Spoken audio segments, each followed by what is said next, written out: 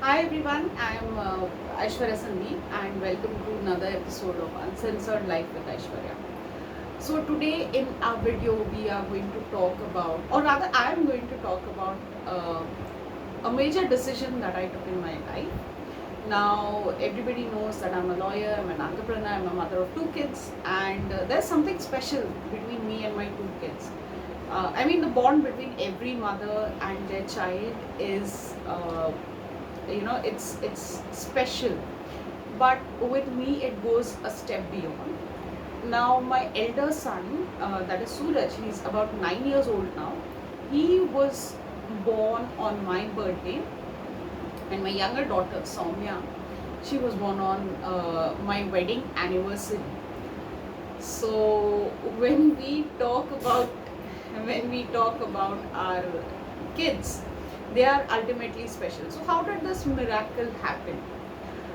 This miracle happened because I had to undergo something like a planned C-section.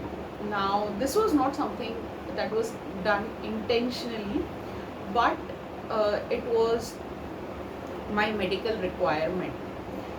The reason I'm putting out this video is because after I went through C-section, I personally went through a lot of what do you say? I was ignored. Let me be very honest and blunt in this video. And please ignore all the noise in the background that has been made by Soumya, because she finds it very hilarious that I'm talking about her on the video. Um, so yeah, after I had my elder son, I felt ignored. I felt ostracized is the word I want to use here, because I did not give birth to my child normally, and I had to opt for C-section, which was my decision and not the doctor's. So what had happened is, when I was pregnant with Suraj, I had PCOD. My history of PCOD, I've been speaking very vocally about it. Um, so when I was pregnant with Suraj, my body weight and the baby weight kept on increasing. So the original due date given to me was 29 September. So we waited after that, and there was no movement. So generally what happens is, when you're about to deliver the baby, your body weight has to reduce. That is how they basically find out. So nothing as such was happening, and in fact in a couple of days, it was increasing by every 100 grams, my weight and the kids' weight.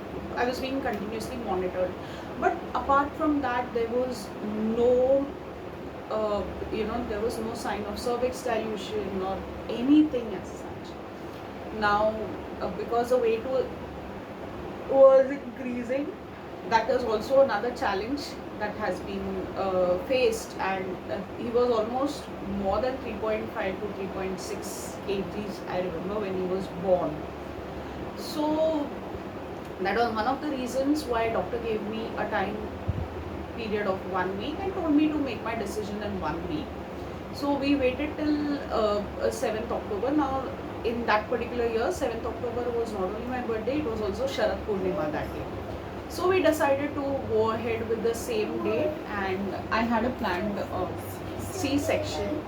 And I remember even in the morning of my C-section, I was like, just get this baby out, because it was so heavy.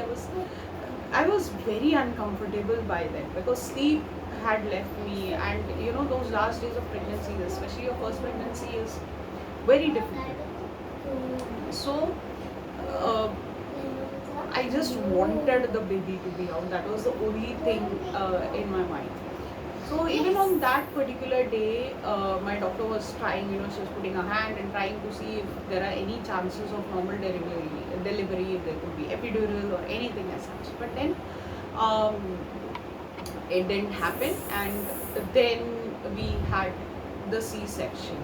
The surgery was done in around 20 minutes. I was awake all through the surgery, but I couldn't see. I could listen to what they were saying. I knew something was happening down there. I could feel everything, not the pain exactly, but then yeah, I knew कि कुछ तो हो रहा है मुझे. And trust me, the moment I heard the first cry of the baby, everything just vanished. So that's it. And then the second delivery, that is when my daughter was born. Now, as my first was a C-section, the chances of my second was also being C-section was high. The reason being, I had PCOD a year before I conceived Soumya, and I also undertook certain medication which resulted into drastic weight gain. Uh, when you have PCOD, your weight loss is a much bigger challenge uh, compared to other people. If you are someone who knows me from the past, you knew my skin had a lot of discoloration. One of the reasons was because I had immense facial hair. I didn't know about these things because I never paid attention to these things. So it's just that now, with my PCOD being regularized due to normal lifestyle and good physical activity, everything is under control now after having 2 children at the age of 13. So during my second delivery, it was of course going to be a planned C-section because I weighed around 100 kgs then. So we had no option. We didn't want to take the risk. I was huge, and I developed this very bad cough and cold in my 9th month. So that was making a lot of things difficult. And the baby had also, reached 3 kgs benchmark. So we had a C-section. The difference between both the C-sections was, in second C-section, I was chatting with the anesthesiologist, and he showed me the needle, and he was like, see, this is the size of needle that we are inserting in your back.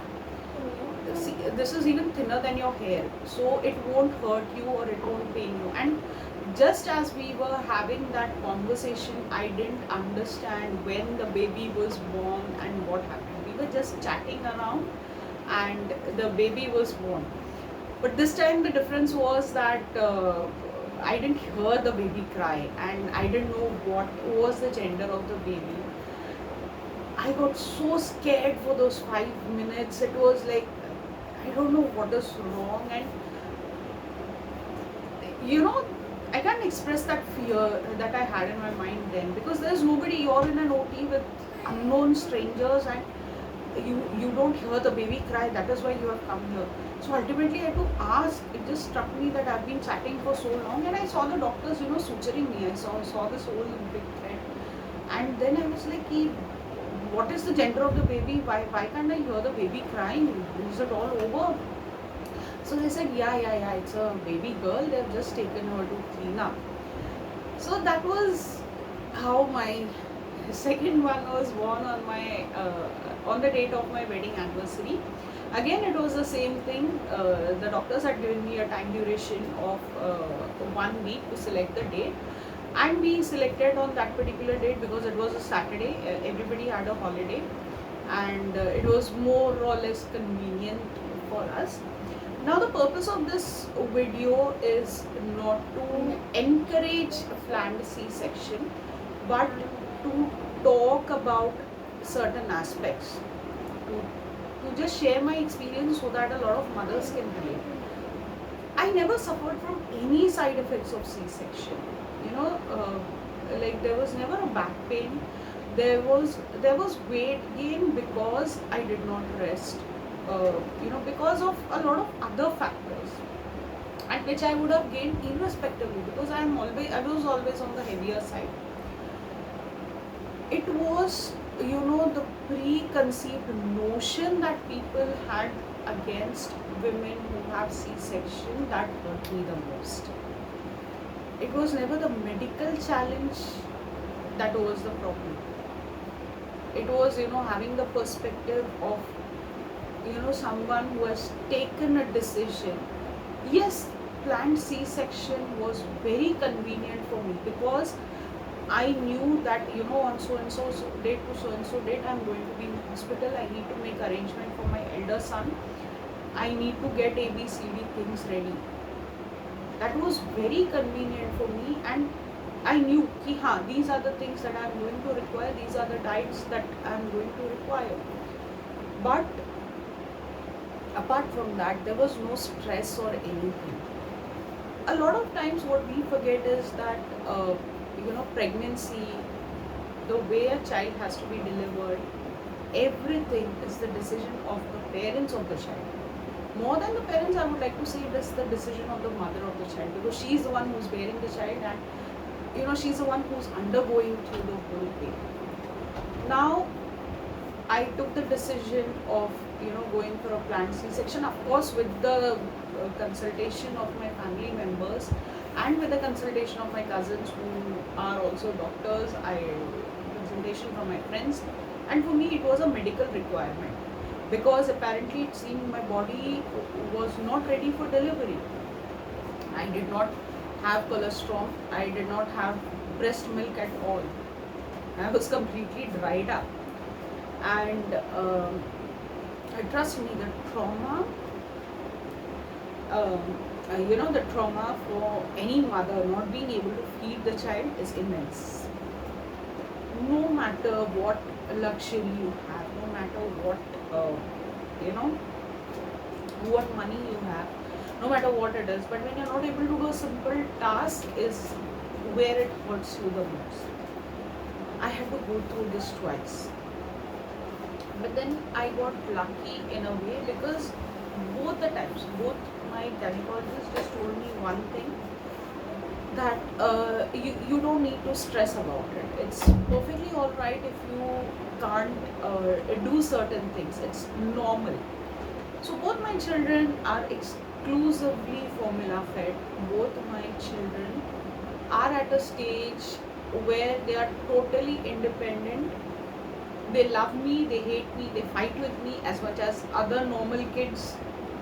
So the reason I'm putting it out is, when I would share my story through blogs, I would get a lot of women who would send me personal messages saying that we also went through the same, but then we did not know how to put it out.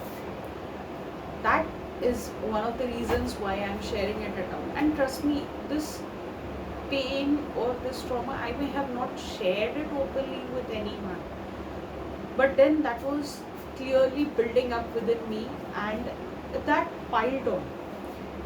My daughter is now around 5 years, but it took me 5 years to overcome that trauma, to this whole notion of which I had built up in myself, that I'm not a good mother, I'm not a perfect mother, I can't provide basics to my children. To compensate for that, that took me a lot of time.